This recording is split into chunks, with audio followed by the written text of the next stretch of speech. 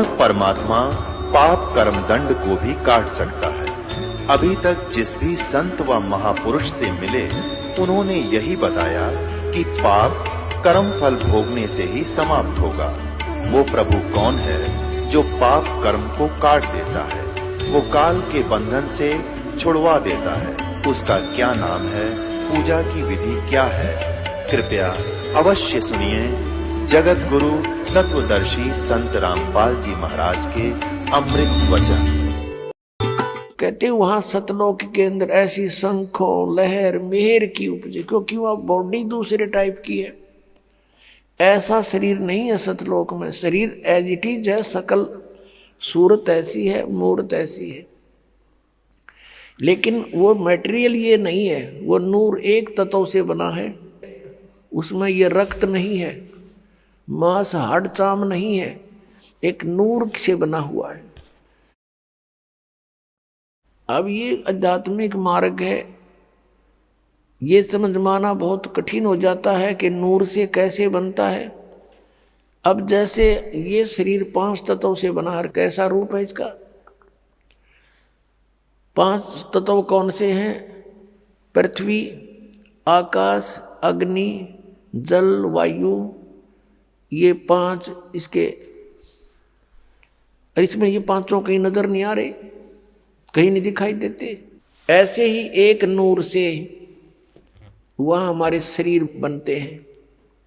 उनमें ना BP high होता, ना कभी लो होता, ना कैंसर होती, ना किसी प्रकार का कोई संसारिक झंझट। वहां कोई काम नहीं आपको। और यहाँ फुर्सत नहीं, यहाँ के देवताओं को भी 1 सेकंड की, सबकी गृहस्थी, सबके साथ यही खाना पीना, पेट भरना और धंधा करना। सारा जीवन प्राणी इस शरीर के पोषण में ही व्यतीत कर देता है। सुबह उठता है, उठते ही चाय पानी खाना बनाओ खाओ, फिर काम पर जाओ, दोपहर में फिर खाओ, फिर अपना काम करो, फिर शाम में खाओ, और फिर उठते फिर चलो। आजीवन तक यही करते करते इस शरीर से कार्य लेने के लिए इसमें पहले हमने आहार डालना पड़ता है, और इसी व्यवस्था में सारा जीवन व्यर्थ हो जाता है। और वहां सतलोक में जाकर के कोई काम नहीं, राग द्वेष नहीं, भाई बंटवारा नहीं, बिल्कुल सब सदाबहार वृक्ष है। ये राधा स्वामी धन धन सतगुरु और ये जय गुरुदेव वाले पंथ के गुरुजन, इनने क्या कहेगा पता नहीं। और कहते हैं सतलोक में प्रकाश ही प्रकाश है, चेतन ही चेतन है, और परमात्मा निराकार है। आत्मा परमात्मा में, मोक्ष प्राप्त आत्मा परमात्मा में ऐसे लीन हो जाती है जैसे बूंद समुद्र में। अरे भले आदमियों, परमात्मा के दर्शन के लिए महापुरुषों ने समाधियां लगाई। परमात्मा के दर्शन के लिए परमेश्वर ने 100 बार बताया कि परमात्मा के दर्शन करो। अरस कुर्स पर सवेत गुमट है, जहाँ सतगुरु का डेरा, सवेत मुकुट सिर छतर विराज है, और देखत ना उस चेहरे नु। यदि वहाँ परमात्मा है ही नहीं तो हम क्या करेंगे उड़े? वहाँ हमने क्या आवश्यकता जाने की? भगवान के लिए तरफ रहे। अब कोई कहे कि उस आश्रम में चलो बरवाला में, और फिर कोई कहे गुरु जी तो है नहीं वहाँ पर, निराकार ही निराकार है, फिर टिंडे लेना होगा, यहाँ आदमी क्या करेगा? ऐसा मूर्ख बना रखे हमारे को। परमात्मा के लिए तरफ रहे हैं, उसके दर्शन करेंगे, अपना दुखड़ा रोवाएंगे, सीने से लगाएंगे, और लोग कहते वहाँ है ही नहीं। फिर रुचि भी बनी हुई है इनकी वहाँ जाने की, हद पाट जी कती है, कितने श्रद्धालु हैं। दरअसल बात यह है कि ना तो जाना किसी ने, क्योंकि साधना जान की नहीं। तो इस प्रकार ये अज्ञान है, और परमात्मा ने जो बताया है वो वास्तविक ज्ञान, तत्व ज्ञान है कि वहाँ पर सदाबहार वृक्ष हैं, बहुत सुंदर दूधों के सरोवर भरे हैं। ये जो यहाँ गंगा जल है, आपने देखा होगा गंगा नदी का जल, ये सतलोक से आया हुआ है। अब जैसे यहां आकर गिरता है, किसी ने दिखता नहीं, वो कहां से आ रहा है? इस पहाड़ से नहीं है। ये ऊपर से परमात्मा की व्यवस्था गुप्त रूप से आके यहाँ प्रकट कर दी जाती है। आजकल तो अंडरस्टूड है, विज्ञान ने बहुत कुछ करके दिखा दिया। आजकल यहाँ से फैक्स कर देते हैं, बीच में कुछ भी नहीं है, और आगे जाके पूरा मैटर सामने होता है, फिल्म भी सामने होती है, आ जाती है। ऐसे ये सतलोक से आई थी, सबसे पहले ये ब्रह्मलोक में गिरी, काल के लोक में। सब जगह इनके एक जटा कुंडली डैम बने हुए हैं, वहां से ओवरफ्लो होकर फिर वहां से चल पड़ती है, उर्वास रूप बन करके फिर दूसरी जगह के बर्फ रूप धारण करती है, वहां से फिर ये मेल्ट होकर के जल बन जाती है, फिर आगे चलती। ऐसे ही यहाँ आकर के गिरी हुई है। तो ये एक रिहर्सल है कि वहां का मटेरियल खराब नहीं होता, पदार्थ कभी भी खराब नहीं होता। गंगा जल को आप कितने ही दिन तक रखो वो खराब नहीं होगा, उसमें गंदा नहीं होगा। और दूसरा आपको प्रमाण दिखाते हैं कि हम इस परमेश्वर की अमर वाणी का पाठ करते हैं, जो यहाँ यज्ञ होता है, और यहाँ पर ये जल रखते हैं। एक सिंपल जल होता है यहाँ आम टूटियों का भरा हुआ, और इसको फिर परमात्मा की वाणी इसके ऊपर चलती है, मंत्र करते हैं, ये वाणी चलती है, मंत्र हैं भगवान के, ये सत्संग होता है, ये सब उसके ऊपर उस जल को अमृत बना देते हैं। गंगा से भी उत्तम बन जाता है वो। गंगा तो एक जल का काम करता है और वो एक बहुत प्रबल अमृत बन जाता है। और उसको कितने दिन तक रखिए आप, कभी खराब नहीं होता। हमारे पास रखा है सन 1996 का, 1996 का ये अमृत रखा हुआ आज तक एक बोतल में, और एज इट इज है। तो जिस परमात्मा की चर्चा करने मात्र से जल भी अमृत बन जाता है, तो पुण्यात्माओं जो सत्संग हम करते हैं, परमात्मा की महिमा सुनाते हैं, अमृतवाणी बोलकर सुनाते हैं, इससे पशु पक्षियों पर भी प्रभाव पड़ता है, चींटियों पर भी प्रभाव पड़ता है, पौधों पर, वृक्षों पर भी प्रभाव पड़ता है, और इनको भी बहुत कुछ शक्ति प्राप्त होती है, और समय आने पर इनको ये काम देगी, इनको लाभ देगी। तो उस सतलोक के अंदर कोई पदार्थ खराब नहीं होता, सड़ता नहीं, गलता नहीं, और सदाबहार वृक्ष हैं, सूखते नहीं, और वहाँ कोई काम नहीं।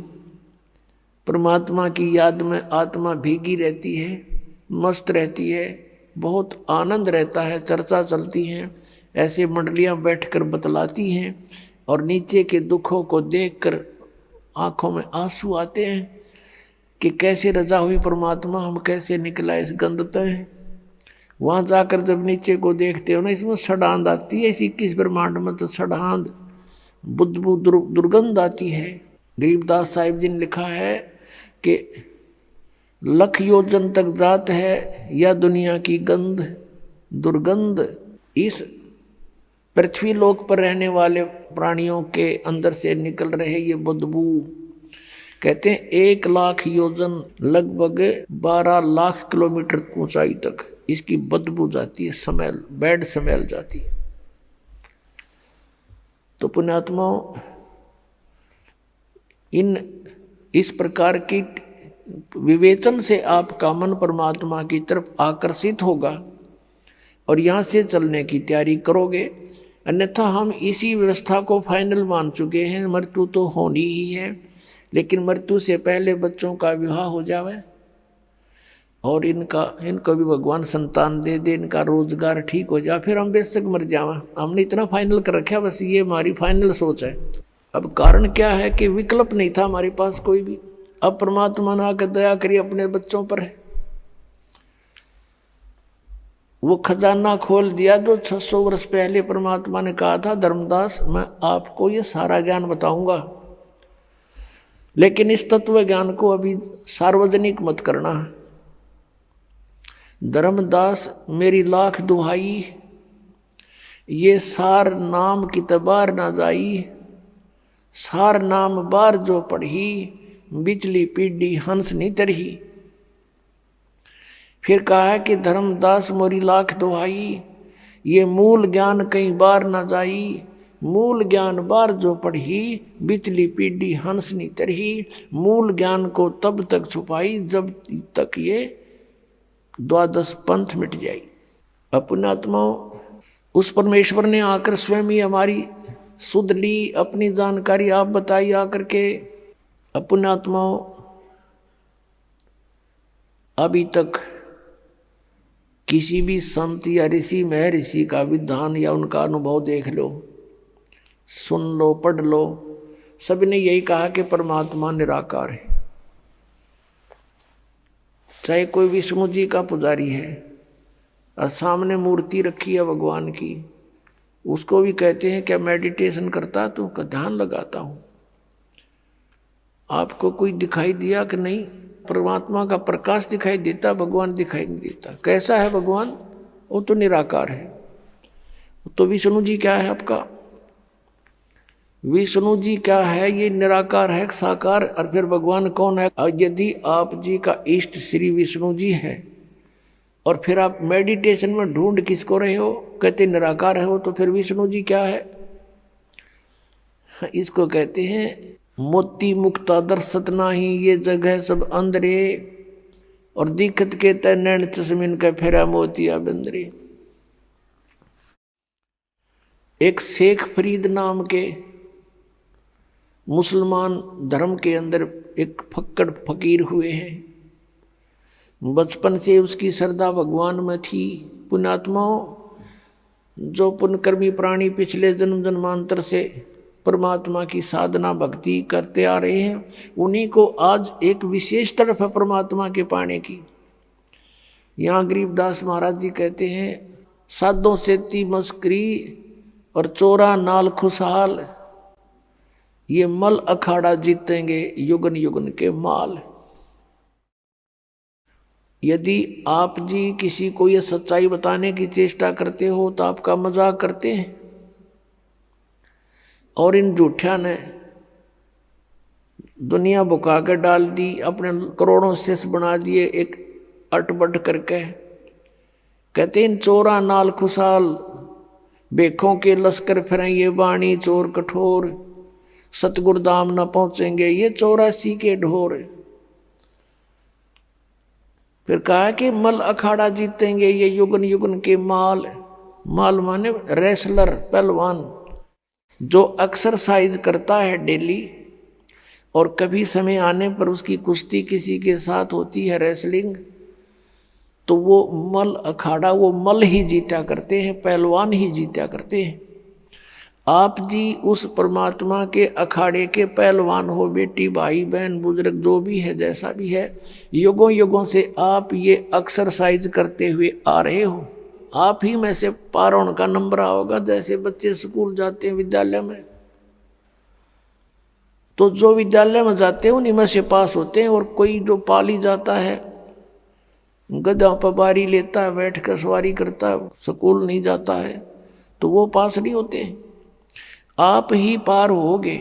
अब आपको वो विद्यालय मिल गया जहां सीधी टिकट सतलोक की मिलती है, तो अब आप पिछले जन्म जन्मांतर से तपस्या साधना भक्ति जैसी भी पता लगा भगवान के लिए अवश्य प्रयत्नशील रहे हो, और तुम्हारे में से आज सिलेक्शन हो रहा है। आप कहीं भी गए हो, भगवान के लिए गए थे, किसी संत के शिष्य बने, या किसी मंदिर मस्जिद गुरुद्वारों में आपने जाकर साधनाएं की, कहीं गुफा में गए, कोई तप किया, कोई व्रत किया, परमात्मा के लिए प्रयत्नशील थे। आप पिछले जन्मों के पहलवान थे, आप माल थे पिछले जन्म जन्मांतर के, लेकिन आपको दिशा ठीक ना मिली, जिस कारण से आत्मा आपकी भगवान बिना नहीं रह सकती। इस काल ने हमारे को मूर्ख बनाने के तरीके बहुत अपना रखे हैं। कोई शुक्रवार का व्रत रख के अपने आप को संतुष्ट मान रहा, रखे रहे। कोई सोमवार का व्रत रखता है तो बहुत अच्छा, रखे रहे, क्योंकि सैकड़ों समर्थक हैं, हाँ सही है मैं भी करता हूं।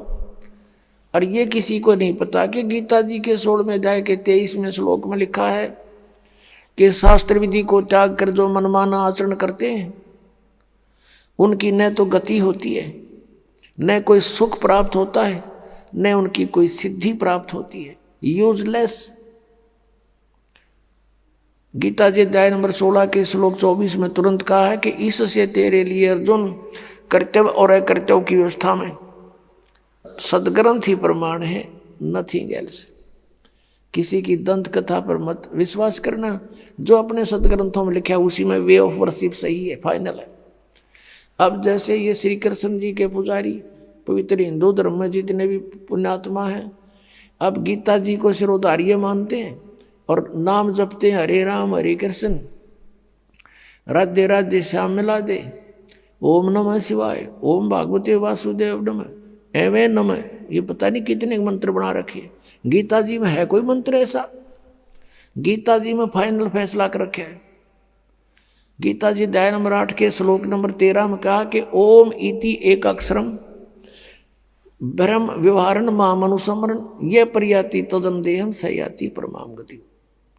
मुझ ब्रह्म का, माम ब्रह्म, मुझ ब्रह्म का केवल ओम इति एक अक्षरम, ये ओम एक अक्षर है, नथिंग एल्स, और कुछ नहीं। उच्चारण करके सिमरण करता हुआ जो अंतिम श्वास तक, शरीर छोड़ने तक इसका सिमरण करता हुआ छोड़कर जाता है, यह प्रयाति तदंतेहम सयाति परमाम गति, वो परम गति को प्राप्त होता है। ओम से मिलने वाली परम गति, ओम से मिलने वाली श्रेष्ठ गति कौन सी है? ब्रह्मलोक प्राप्ति, क्योंकि ओम ब्रह्म का मंत्र है। गीता जी अध्याय नंबर 7 के श्लोक नंबर 18 में गीता ज्ञानदाता ब्रह्म श्री कृष्ण जी में बोल रहा है, वो कह रहा है कि मेरी गति में ये उदार आत्मा है तो अच्छी, लेकिन ये मेरे वाली घटिया गति में ही आश्रित रहे। ओम से मिलने वाली जो सुविधा है, मोक्ष है, जितना कहते यो तो व्यर्थ है, घटिया है, अनुत्तम है। अनुत्तम क्यों है? क्योंकि गीता ज्ञानदाता स्वयं कह रहा है चौथे अध्याय के 5वें और 9वें श्लोक में, दूसरे अध्याय के 12वें श्लोक में, 10वें अध्याय के दूसरे श्लोक में, अर्जुन तेरे और मेरे बहुत जन्म हो चुके हैं, तू नहीं जानता मैं जानता हूं। तो इसी से दे के जन्म मृत्यु ब्रह्म की भी और पुजारी भी फिर जो दुखी जन्म और मृत्यु जैसा दुख नहीं पृथ्वी पर। इसलिए गीता ज्ञानदाता 18वें अध्याय के 62वें श्लोक में कहता अर्जुन तू सर्वभाव से उस परमेश्वर की शरण में जा, उसकी कृपा से ही तू परम शांति को और सनातन परम धाम को प्राप्त होगा। अब पुण्यात्माओं 17वें अध्याय के 23वें श्लोक में गीता जी में स्पष्ट किया है कि उस सच्चिदानंद घन ब्रह्म की पूजा यानी तत्ब्रह्म, उस परम अक्षर ब्रह्म की साधना का 3 मंत्र का जाप है, उसको प्राप्ति का। ओम तत्सत, ओम ब्रह्म का सरपुरुष भी कहते हैं इस ब्रह्म को, और तत् अक्षर पुरुष का वो सांकेतिक है, और सत जो है परम अक्षर ब्रह्म का। इनकी मजदूरी करनी है, इन तीनों की साधना से ही परमात्मा प्राप्ति, सतलोक प्राप्ति होगी।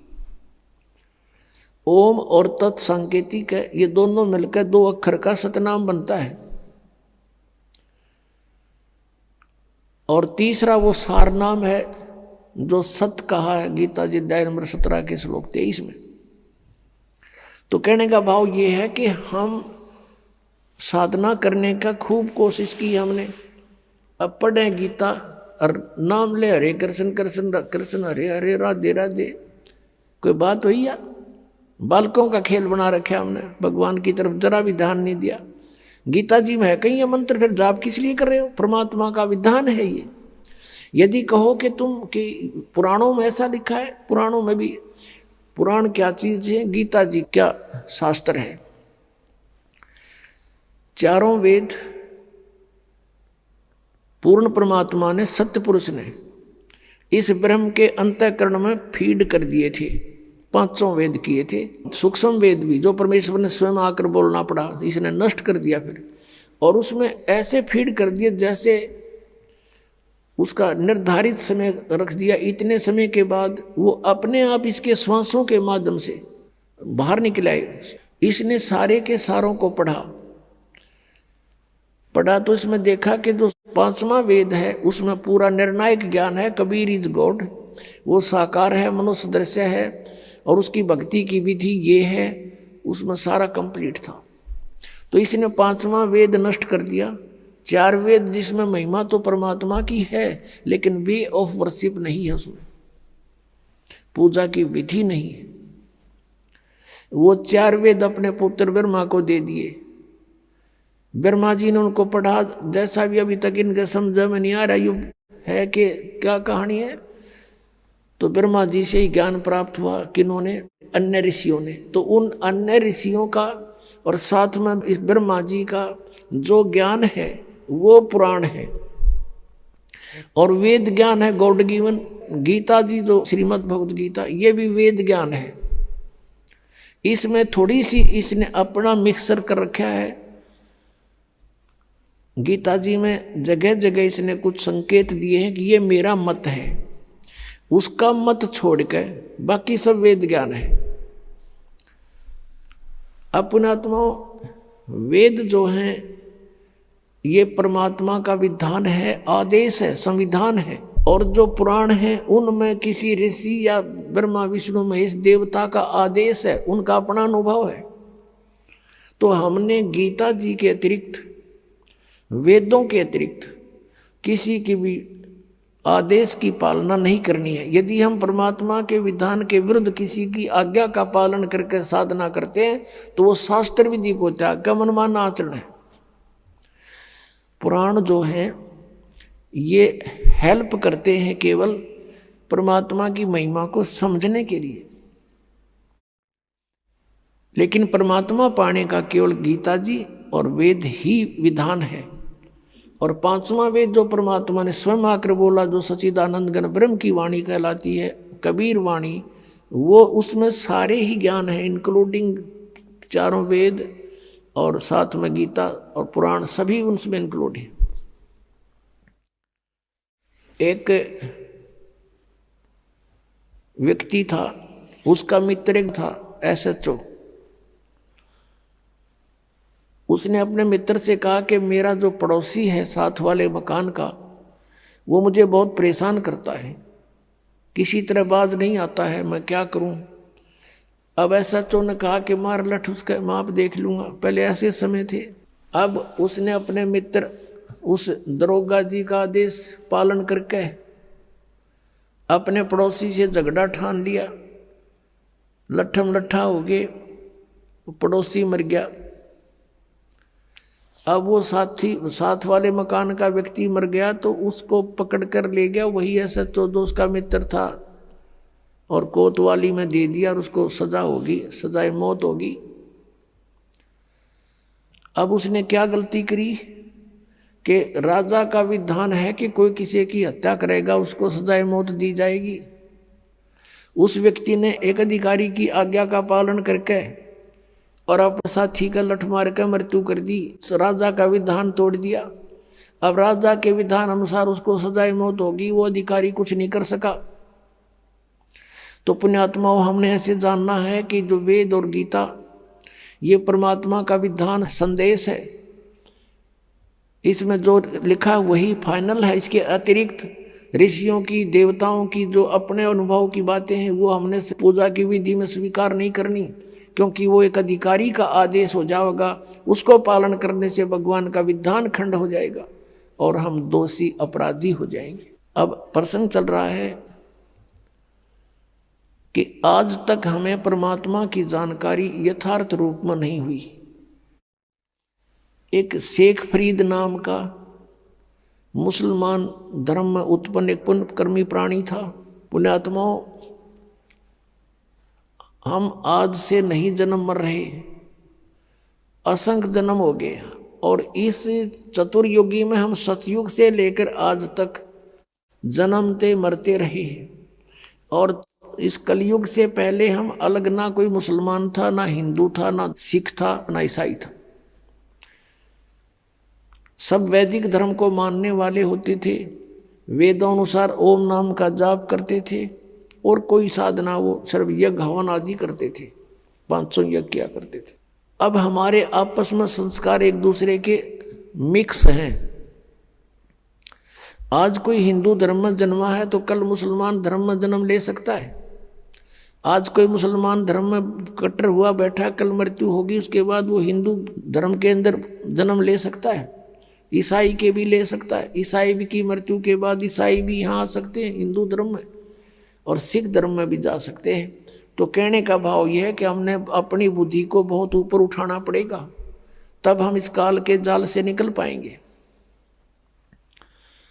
तो पुण्यकर्मी प्राणी शेख फरीद बचपन से ही परमात्मा में उसकी श्रद्धा बनी, पिछले ही संस्कार प्रबल थे उसके लिए थोड़ा सा कथा सुनाते हैं कि वो शरारती बहुत था, उलाने बहुत लाता था, गांव में जाकर के दूसरे बच्चों के साथ झगड़ा कर देता था, किसी को कुछ छेड़छाड़ कर देता था आपस में बच्चों के साथ, या किसी के घर में घुस के उनका कोई बर्तन उठपटंग कर देता था, उलाने आते थे। उसकी माता बहुत तंग होगी, उसने सोचा अब क्या करूं, इसको कैसे शांत करूं। तब उसने एक दिन सोचा कि इसको कहती हूं कि बेटा तू नमाज कर ले। शेख फरीद की माता ने कहा कि बेटा तू नमाज करा कर। छोटा ही बालक था, 3-4 वर्ष का। कहने लगा क्यों, मैं क्यों करूं नमाज, मुझे क्या मिलेगा। और वो उसका फेवरेट फ्रूट था खजूर, जो है वो खजूर बहुत खाता था, उसको बड़ा पसंद थे। उसने कहा, माँ ने कहा बेटा अल्लाह तुझे खजूर देगा, कि सचमुच अका प्रतिदिन, हाँ प्रतिदिन देगा। वो कहने लगा माँ बता फिर कैसे करते नमाज। न बोली डट जा, कोई समय होता है नमाज करने का, मैं बताऊंगी, इतना बैठ जा। वो इतना बैठा रहा। अब माँ ने सोचा मेरा काम करने का समय है, इसने ला दूं नमाज करन, और तू काम कर लेगी इतनी ना, तो कह पता नहीं क्या उलाने लाओगा। उसने एक कपड़ा बिछाया और कहा बेटा ऐसे मत्था टेक ले और यूं कहता रहे अल्लाह मुझे खजूर दे, अल्लाह मुझे खजूर दे, यही नमाज है। और तो उसके याद क्यों होती बालक के। जब उसने वो काफ़ी देर करता रहा, उसकी मम्मी ने क्या किया, एक पत्ते में खजूर लपेट के, थोड़ा सा खजूर 2 पत्तों में, उस कपड़ा बिछा रखा था उसके नीचे रखे ही। और जब सारा काम कर लिया, जब कहने लगी बेटा आंख खोल दे बाजा, वो उठा, उसने देखा इधर उधर, कहने लगा माँ अल्लाह ने खजूर तो दिया ही नहीं, मैं नहीं करूँ आज के बाद बिल्कुल भी। उसकी माँ ने कहा बेटा अल्लाह ऐसे सरेआम थोड़ा ही देता है, वो तो गुप्त देता है बेटा, देख कहीं रख गए होंगे आसन के नीचे। उसने कपड़ा उठाकर देखा तो रखा मिला, खावर कूदे, खा लिया, हुआ जीवा। फिर कहता माँ अब फिर बता कब करनी है वो नमाज। एक दिन क्या हुआ कि माता ऐसे प्रतिदिन उसको बैठा दे, वो ऐसे ही बिल्कुल दर्द होकर 2-2, 3-3 घंटे उठे को नहीं। एक दिन उसकी माता वो खजूर रखना भूल गई और उसने कह दिया आजा बेटा। वो उठ गया, उसने उठाकर पल्ला देखा, खजूर वेजिटीज रखे जैसे पहले रखती थी उसकी माँ।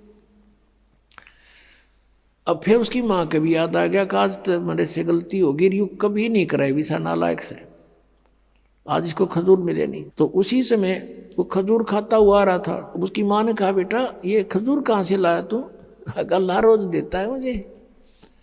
कहने लगी कहाँ था ये खजूर, वहीं जहाँ पहले रखते थे, आज दिखाऊं, एक पत्ता तुम्हें छोड़ के आया हूँ नीचे वाला। अब जाकर देखा सचमुच खजूर जो के जो। उसकी माँ तो हैरान रहेगी कि हे परमात्मा बड़ी सुनी ना, था आज के बाद तो कभी नहीं करा नमाज। कहने का भाव ये है कि कहते हैं पिछली तब से होते हैं पूर्ण हंस मुराद। पिछला संस्कारी हंस था, परमात्मा ने आस्था बढ़ानी थी। उसकी माँ का भी फिर लगन बन गई, वह बस नकली सा काम कराया करती। उस दिन के बाद उसकी माँ का भी दृढ़ विश्वास हो गया भगवान है, अल्लाह है कहीं पर।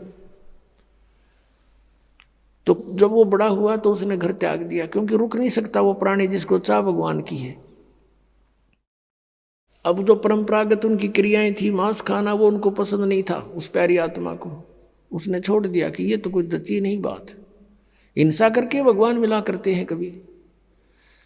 अब वो शेख फरीद पुण्यात्मा परमात्मा की तलाश में कहाँ जाते हैं? संत के पास, के संतों के पास परमात्मा के पाने की विधि होती है। एक फक्कड़ फकीर था, सिद्ध पुरुष था, साधना करता था, सिद्धि में प्रसिद्ध हो रहा था। उसके पास पहुंच गए, उनसे बातें की, उसने अपना जो साधन जाने था वो बता दिया। बेटा, कठिन से कठिन तप कर, जितना कष्ट दोगे शरीर को उतना ही भगवान निकटाएगा। अब शेखप्रीत तो गए ही भगवान पाने के लिए थे, दिन रात अपने खूब कष्ट करें, जो भी गुरुजी आदेश दें वही पालन करें। अब शेखप्रीत गए हुए थे किस लिए? परमात्मा के लिए, और गुरुजी के आदेश का 100% पालन करते थे। उस आश्रम में उनके पास और भी 5-7 शिष्य रहते थे। और शेखप्रीत के जाने के बाद उनके गुरुदेव की उस बच्चे में वो ज़्यादा प्रिय लगने लगा, क्योंकि वो हर कार्य को उनकी इच्छा अनुसार करता था। ऐसे बैठा रहता था या खड़ा रहता था जब तक आज्ञा नहीं होती थी। उनके गुरुजी अधिकतर उसी से सेवा लेते थे।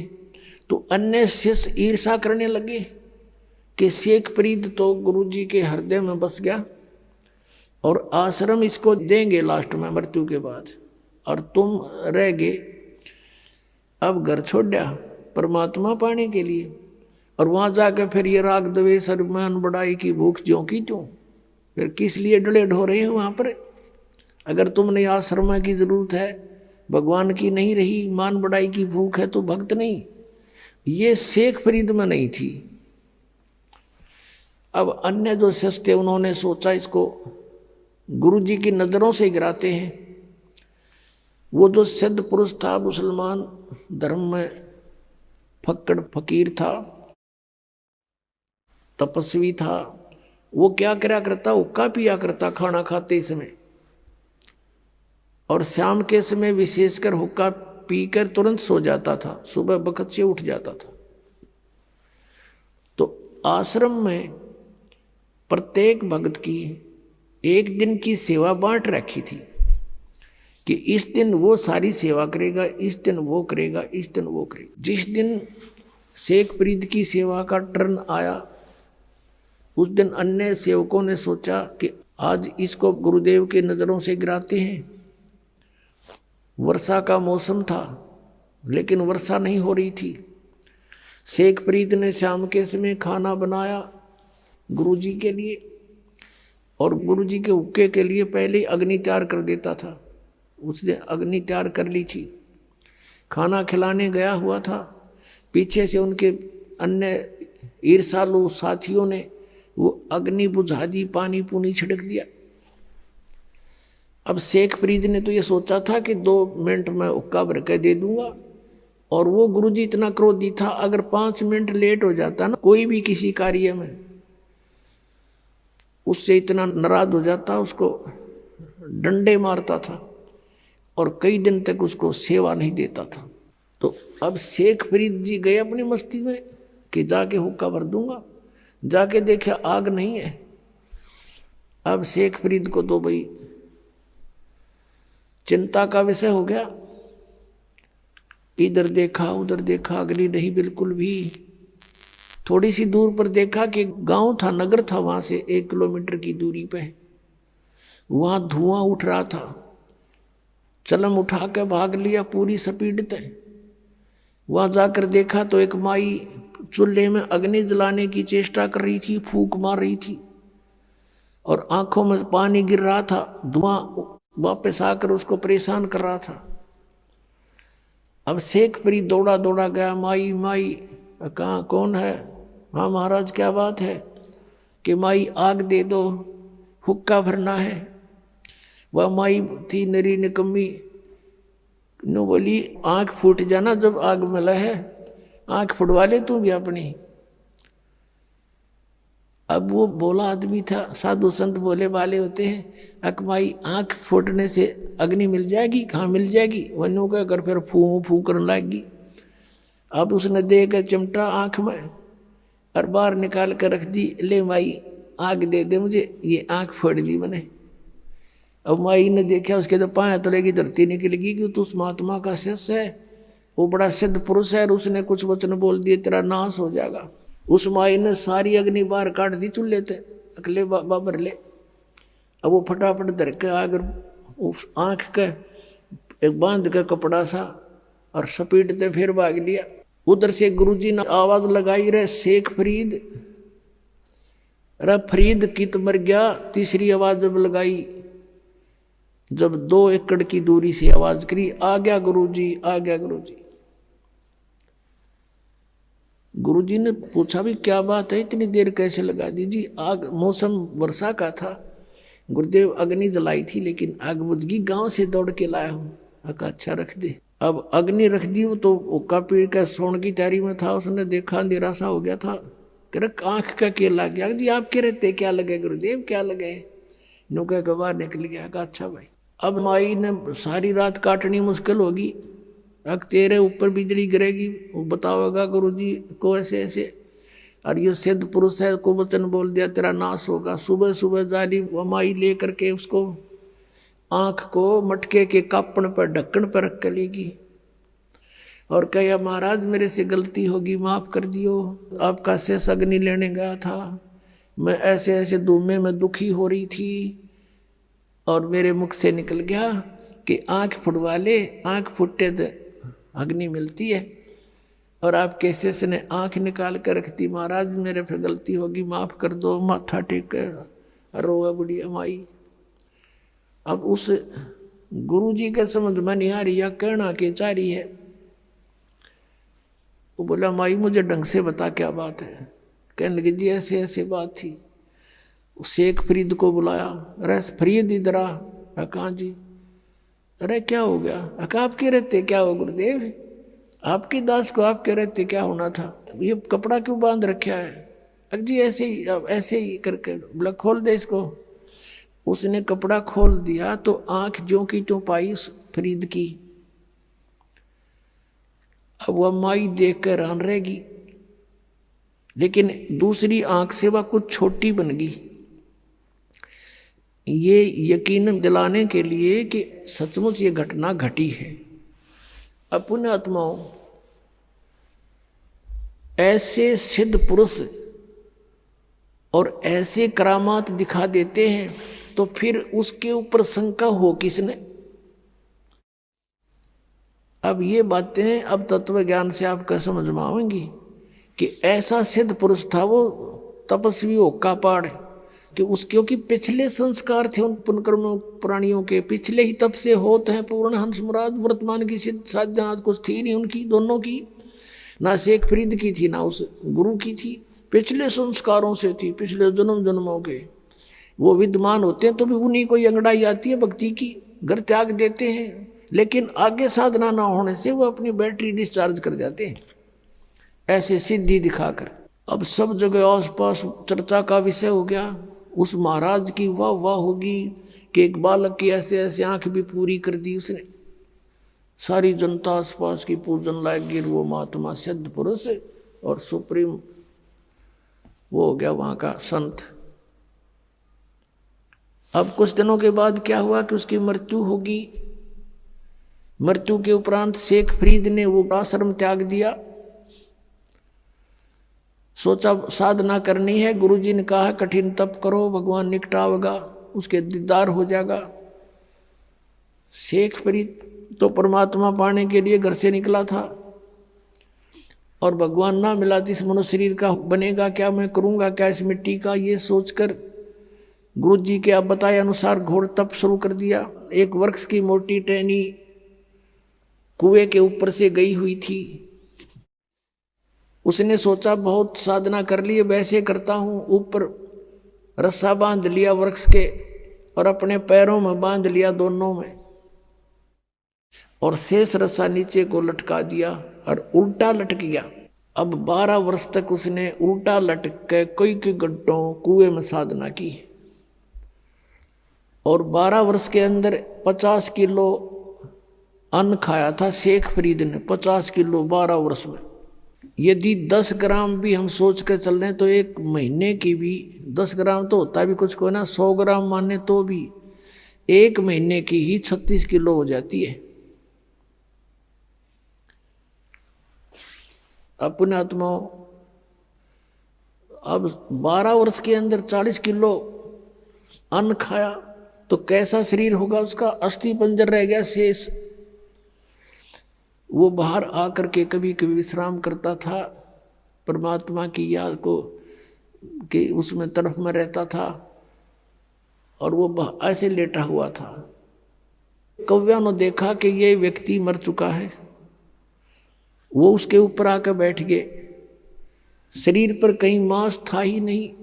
उन्होंने सोची कौवों ने कि माथे पर बैठ कर इनकी आंख निकाल लेते हैं। तब वो थोड़ा सा मुंह खुला उसका, कहा कि भाई कौवो, मेरे शरीर पर कहीं मांस बचा हो, उस मांस को खा लो, मेरी आंखों को मत छुओ, इसको ना डिस्टर्ब करो, मुझे अल्लाह के दीदार की आशा है, मैंने भगवान देखना है, आंखें आंखें छोड़ दो मेरी, बाकी कहीं तुम्हें कुछ मिले तो खा लो। ये मुसलमान थे, और जो मांस खाओ, बकरे काटें, गऊ काटें, ये परमात्मा पालेंगे। तो वो इतना दयालु कहता कौओं को कि मेरे मांस खा लो कहीं मिल जावे तो, पर मेरी आंख मत छेड़ो, आंखें मत डिस्टर्ब करो, मुझे अल्लाह के दीदार की आशा है। अब उसने सोचा कि अगर बाहर रहूंगा तो कौवे खा जाएंगे, आंखों को भी फोड़ देंगे, भगवान मिला नहीं, उल्टा ही लटक गया। धीरे धीरे सर्क के रस्सों के साथ में अभ्यास हो रहा था और फूट फूट कर रोने लग गया। अल्लाह का दर्शन हुआ नहीं, और अब शरीर रहा नहीं, अब खत्म, प्राण जाने वाले, फूट फूट कर रोने लगा। अब क्या किया, परमात्मा कहते हैं गोता मारू स्वर्ग में और जा बैठूं पाताल, कह कबीर ढूंढता फिरूं अपने हीरे मोती लाल। ये इस तरह के साधक पिछले जन्मांतरों में कभी परमात्मा के परमहंस रहे हैं इस धरती पृथ्वी पर, लेकिन बीच में फिसल जाते हैं। उन्हीं में से शेख फरीद था। अब परमात्मा पहुंच गए वहां पर, उस कुएं पर खड़े हो गए और उसके रस्से को पकड़कर खींचने लगे, क्योंकि पहले कुएं बहुत गहरे होते थे, रस्से लंबे लंबे होते थे, ऐसे खींचने लगे बाहर को। शेख फरीद ने सोचा कोई शरारती आ गया पाली और मुझे डिस्टर्ब कर रहा है, और पहले भी ऐसे गवाले जो होते थे, भेड़ बकरियां चराने वाले, जो गंवार टाइप व्यक्ति, उनमें से कोई ना कोई बाबा जी उस संत के रस्से को पकड़कर ऐसे हिला देता था और यूं बैठकर देखता था तमाशा। वो क्या कर लेता था, ऐसे सिर कर लेता था कि सिर में चोट ना आ जा, और कभी कुएं के इधर लगता था जाके, कभी इधर। वो कुछ देर छेड़छाड़ कर चले जाते थे, पता था उसका कि किस किस के साथ लड़ूं, बच्चे हैं, करते रहेंगे। उन्हीं में से कोई और दूसरा उनको धमका देता था कि ऐसा मत करा करो संतों के साथ, तो कई दिन नहीं कोई आता था। अब शेख फरीद ने सोचा कि पहले तो ऐसे हिलाव लूका छोड़ जाते थे, आज यूँ ऐसा निकम्मा मिल गया, किसी ने बाहर निकाल लिया मैं।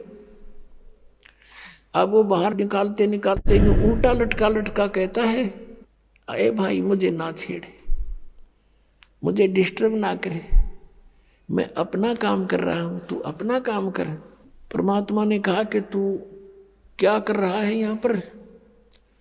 ए भाई, मैं भगवान के दर्शन के लिए, परमात्मा को देखने के लिए, परमात्मा के पाने के लिए मैं साधना कर रहा हूं।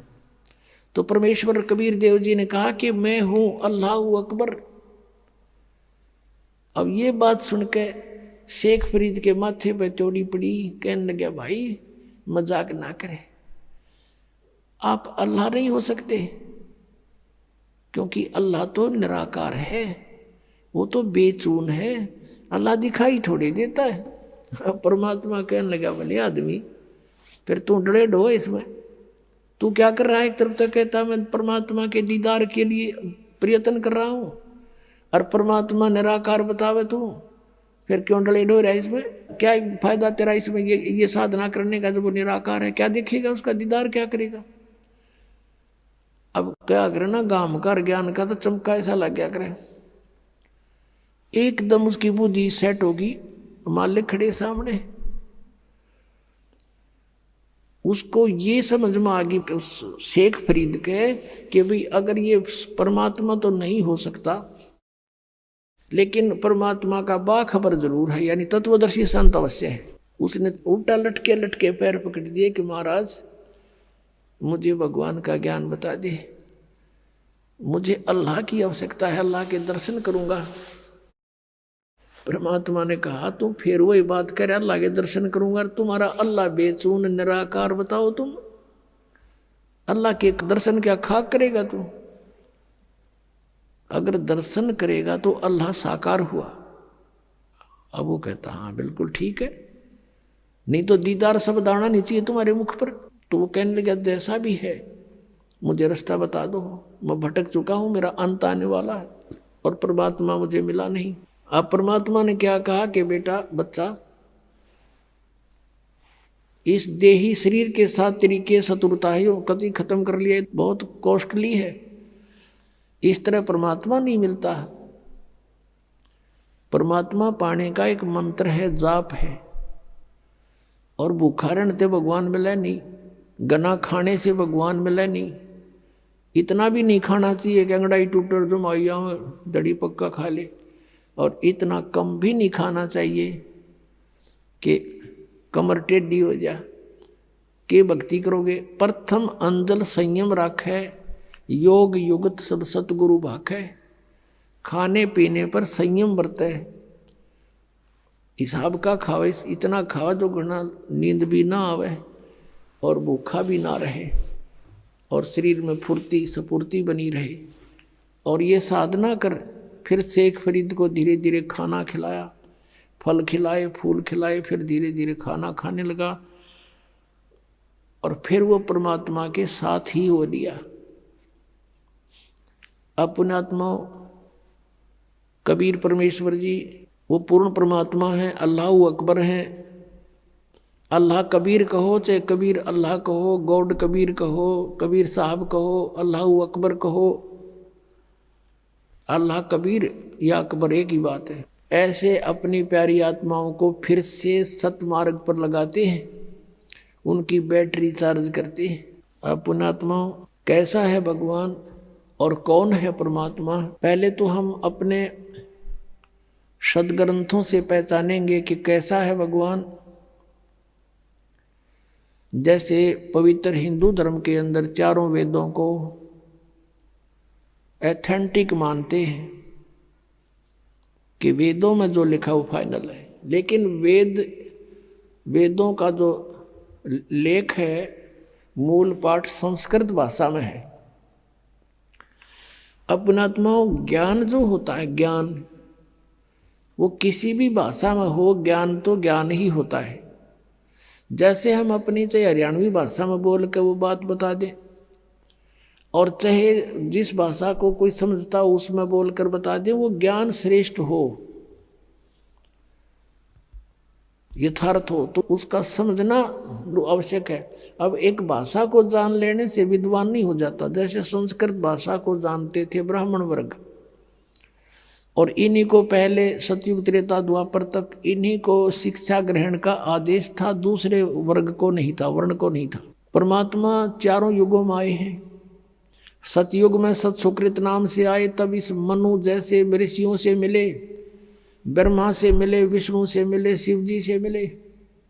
इनको यथार्थ ज्ञान समझाया, इन्होंने ध्यान से सुना, लेकिन बाद में काल ने इनकी बुद्धि को बदल दिया कि ये झूठ बोलता है, ऐसा कुछ नहीं है।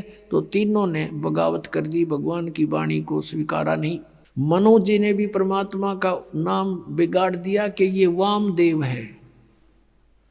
वाम माने उल्टा, उल्टे अर्थ करने वाला, क्योंकि कबीर परमेश्वर कहते थे मैं परमात्मा हूं। तो इस बात का बहुत मजाक उड़ाते थे वो कि ये भगवान है, ये ब्रह्मा विष्णु महेश से भी ऊपर मानता है, मेंटल है, मेंटल। वो कहा करते कि भगवान तो निराकार है, प्रकाश ही प्रकाश है।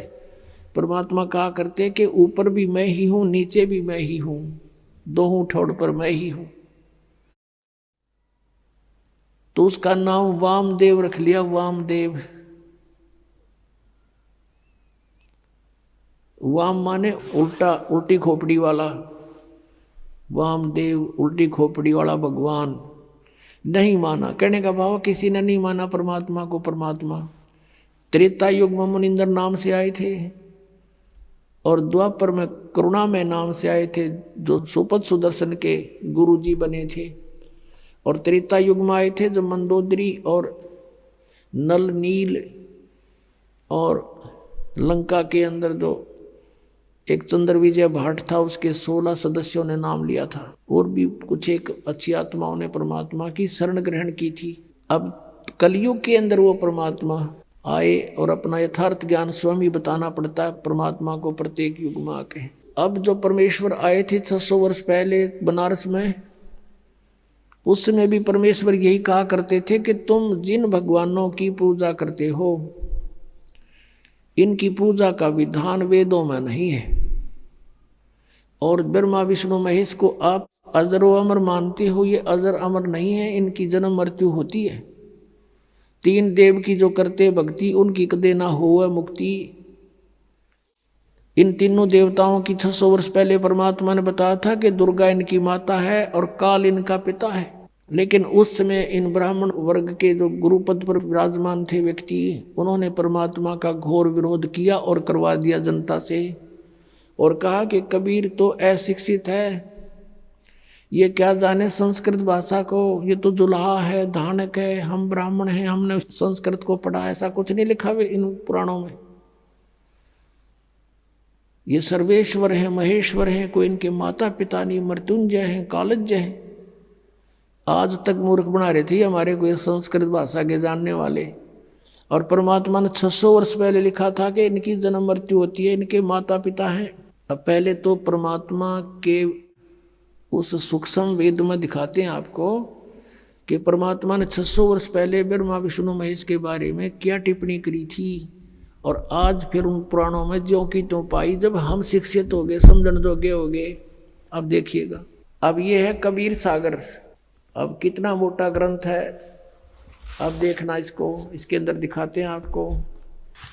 ये है कबीर सागर, संपूर्ण 11 भाग, खेमराज श्री कृष्ण दास प्रकाशन बम्बई, यहाँ से ये प्रकाशित है। और इसका यहाँ लिखा है सत कबीर सागर, ज्ञान सागर प्रथम खंड, कबीर पंथी भारत पथिक, स्वामी युगलानंद बिहारी द्वारा प्रस्कृत। मुद्रक एवं प्रकाशक हैं खेमराज श्री कृष्ण दास, अध्यक्ष श्री वेंकटेश्वर प्रेस, खेमराज श्री कृष्ण दास मार्ग मुंबई। ये ज्ञान बोध और बोध सागर, ये चैप्टर अध्याय है इसमें कबीर सागर में। ये सूक्ष्म वेद है और इसके 21 पृष्ठ पे है। यहाँ देखिएगा, धर्मदास ये जग बोरा ना, कोई न जाने पद निर्वाणा। यही कारण मैं कथा पसारा, जग से कहिए राम नियारा। ये नाम गलत लिखा, मिसप्रिंट है। यही ज्ञान जग जीव सुनावो, सब जीवों का भरम नसावो। अब मैं तुमसे कहूँ चिताई, ही तेरे देवन की उत्पत्ति भाई। तेरे तीनों भगवानों का जन्म बताता हूँ, जन्म पोथी, जन्म पत्री, इनकी जन्म तिथि। कुछ संक्षेप कहूँ गहुराई, सब संशय तुमरे मिट जाई। भरम गए जग वेद पुराना, आदि राम का वेद न जाना। आदि राम है ये, राम राम सब जगत बखाने, आदि राम कोई बिरला जाने। सब राम राम अल्लाह अल्लाह कर रहे हैं, गॉड गॉड। आदि राम यानी सनातन परमात्मा को कोई नहीं जानता। ये राम है, नाम नहीं, सब गलत स्प्रिंट है ये। ज्ञानी सुने सो हृदय लगाई, मूर्ख सुने तो गम ना पाई। अब ब्रह्मा विष्णु महेश के तीनों देवताओं के माता पिता बताता हूँ। माँ अष्टंगी पिता निरंजन, ये जमदारुण वंशन अंजन। पहले कीन निरंजन राई, पीछे से माया उपजाई। माया रूप देख अति शोभा, देव निरंजन तन मन लोभा। काम देव धर्मराय सताए, देवी को तुरंत दर खाए। पेट से देवी करी पुकारी, हे साहेब में मोह करो उबारी। टेर सुनी सतगुरु तय आए, अष्टंगी के बंध छुड़वाए। धर्मराय को हिकमत कीना, नख रेखा से भग कर लीना। धर्मराय करे भोग विलासा, माया को रही तब आशा। ये धर्मराय काल को भी कहते हैं। ये काल ज्योत स्वरूपी निरंजन काल या ब्रह्म कहो, ये दुर्गा का पति है और ब्रह्मा विष्णु महेश इन दोनों के संयोग से उत्पन्न हुए परमात्मा बता रहे हैं। तीन पुत्र अष्टंगी जाए, ब्रह्मा विष्णु शिव नाम धराए। होय होय। तीन देव विस्तार चलावे, इनमें यो जग धोखा खावे। पुरुष गम कैसे कोई पावे, काल निरंजन जग भरमावे। तीन लोक अपने सुत दीन्या, सुन निरंजन बासालीन्या। तीन अपने पुत्रों को तीन लोक, पृथ्वी लोक, स्वर्ग लोक और पाताल लोक दे करके स्वयं वो गुप्त रहता है 21 में अपने ब्रह्मांड के ऊपरले किनारे पर। अलख निरंजन सुन ठिकाना, सुन यानी ऊपर वो कम प्लेस में या अलग स्थान बनाकर रहता है। और ब्रह्मा विष्णु शिव भेद न जाना, अलख निरंजन सुन ठिकाना, ब्रह्मा विष्णु शिव भेद न जाना। तीन देव सो उसको ध्यावे, निरंजन का वे पार न पावे। अभी तक ब्रह्म की प्राप्ति ब्रह्मा विष्णु महेश को नहीं होली। अलख निरंजन बड़पट पारा, तीन लोक जीव कीन आहारा। तीनों लोकों के जीवों को खाता है ये, बड़ा ठग है। बटपारा माने छली व्यक्ति है ये। ब्रह्मा विष्णु शिव नहीं बचाए, सकल खाए पुन दूर उड़ाए। कहते ब्रह्मा विष्णु महेश अपने पुत्रों को भी खाओगा ये आखिर में। तिनके सुत हैं तीनों देवा, आंध्र जीव करते हैं सेवा। इनके पुत्र हैं तीन, यानी इनके ब्रह्मा विष्णु महेश जो हैं काल और दुर्गा के पुत्र हैं। और ये अंधे जीव इन ब्रह्मा विष्णु महेश की पूजा करते हैं। अंधे माने ज्ञानहीन। अकाल पुरुष काहू नहीं चीन्या, काल पाए सभी गैलीन्या। कहते तीन देव और असुर अवतारा, ताको बजे सकल संसारा। तीनों गुण का ये विस्तारा, धर्मदास मैं कहूँ पुकारा। गुण तीनों की भक्ति में ये भूल पड़ो संसार। कह कबीर निज नाम बिना कैसे उतरो पार। तीन देव की करते भक्ति, उनकी कदे ना हो मुक्ति। कबीर परमात्मा जी 600 वर्ष पहले कहा करते थे ये ज्ञान। और इन संस्कृत भाषा के जानने वालों ने कहा था कि कबीर जी तो अनपढ़ हैं, अशिक्षित हैं, ये संस्कृत भाषा को कैसे समझ सकते, ये झूठा है, कपटी है, झूठ बोलता है। ऐसा घोर विरोध करा दिया परमात्मा का। वो सितम ढाए परमात्मा के ऊपर। उनका इतिहास सुनाएंगे आने वाले समय में, जब भी ये कई दिन का सत्संग करेंगे अगले, क्योंकि 3 दिन का सत्संग, 3 का भी 2.5 दिन का समझ लो ये तो। इसमें तो परमात्मा की भूमिका बनती है। इसलिए 17 से 21 अभी फरवरी का 5 दिन का सत्संग होगा, उसमें और विशेष डिटेल बताई जाएगी। तो अब सिंपल सा आपको बताते हैं कि क्या हुआ कि परमात्मा 600 वर्ष पहले आकर ये कह गए थे कि ब्रह्मा विष्णु महेश के ये माता पिता हैं, इनकी जन्म मृत्यु होती है, ये अजरमर नहीं है, ये नाशवान है, इनकी पूजा से मोक्ष नहीं। इनकी जब आप जन्म मृत्यु तो मैं मोक्ष कैसे देंगे।